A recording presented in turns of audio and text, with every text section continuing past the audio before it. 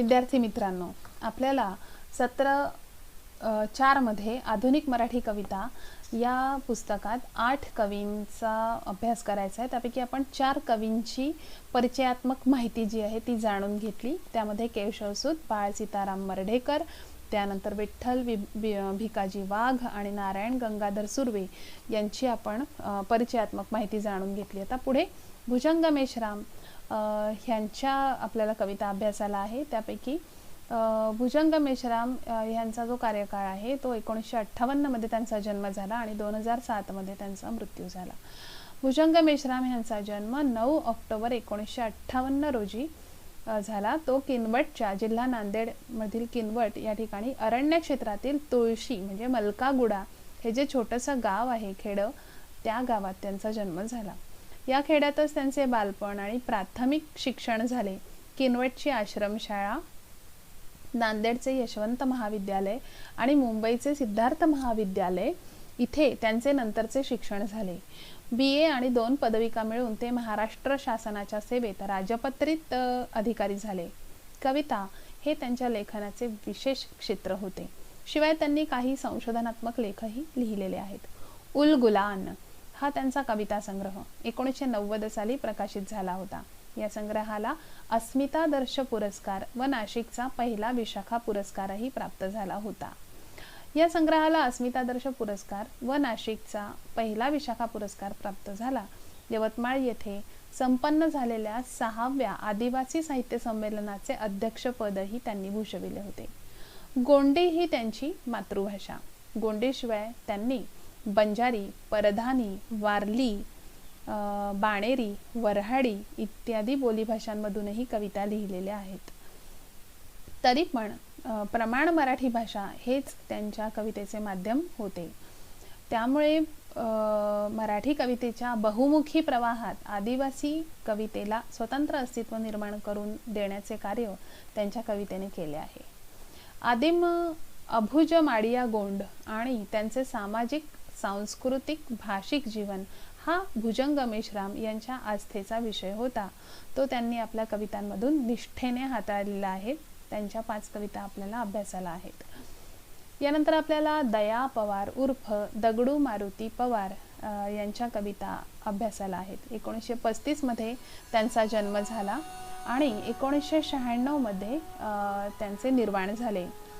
दया उर्फ दगडू मारुती पवार यांनी आरंभीच्या काळात परळच्या पशुवैद्यक महाविद्यालयातील प्रयोगशाळेत सहाय्यक कारकुनाचे काम केले।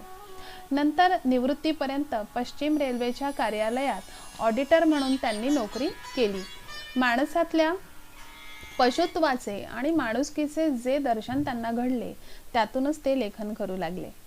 कोंडवाडा हा दया पवार यांचा अतिशय गाजलेला काव्यसंग्रह।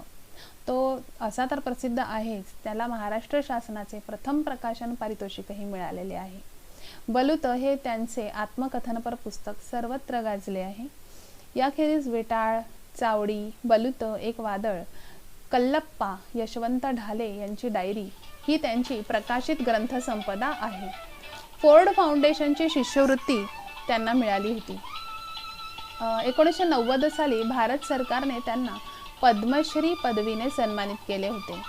भारतीय संस्कृतीचा जो पाश येथल्या सर्व स्तरांवर करकचून आवळला गेला त्यातल्या विषमतेच्या वेदनेने पवार सैरभैर होतात आणि या सगळ्या जाणीवा त्यांच्या कवितांमधून अतिशय प्रकर्षाने व्यक्त होताना दिसतात। रोखठोकपणा, नाट्यात्मक प्रसंगचित्रण आणि आत्मशोधनाची प्रखर उर्मी हे त्यांच्या कवितेचे प्रमुख विशेष आहेत। याखेरीज आपल्याला स्त्री कवितांचा जो अभ्यास करायचा आहे तो नीरजा यांच्या कविता अभ्यासाला नेमलेल्या आहेत। नीरजा राजन धुळेकर उर्फ नीरजा, जन्म 1960। कवयित्री नीरजा या इंग्रजी विषयात MA आणि RA पोद्दार वाणिज्य महाविद्यालय माटुंगा येथे कनिष्ठ महाविद्यालयात इंग्रजीचे अध्यापन करण्याच्या सेवेत रुजू आहेत। कथा, कविता, ललित लेखन व संपादन असं त्यांचा कार्यक्षेत्र आहे। माया मावशी या अनुवाद विषयक षणमासिकाचे संपादन त्यांनी केले। निरन्वय 1987 मध्ये, वेणा 1994 मध्ये, 2003 मध्ये स्त्री गणेशा, नंतर 2010 मध्ये निरर्थकाचे पक्षी, मी माझ्या थारोळ्यात इत्यादी त्यांचे काव्यसंग्रह प्रसिद्ध आहेत. जे दर्पणी बिंबले हा 2001 मधील, तर 2006 मधील ओल हरवलेली माती किंवा पावसात सूर्य शोधणारी माणसं इत्यादी कथासंग्रह त्यांचे प्रसिद्ध आहेत. बदलत्या चौकटी हा 2007 मधील, तर चिंतन शलाका 2010 मधील, शब्दारण्य इत्यादी त्यांचे ललित कथासंग्रह आहेत, ललित लेखसंग्रह आहेत. निद्राहीन रात्रीच्या कठोर कातळावर किंवा निवडक रजनी परुळेकर हा 2011 मधील, तर मुंबईच्या कविता इत्यादी त्यांची संपादने ही विविध स्वरूपाची साहित्य संपदा त्यांच्या नावावर उपलब्ध असलेली दिसते.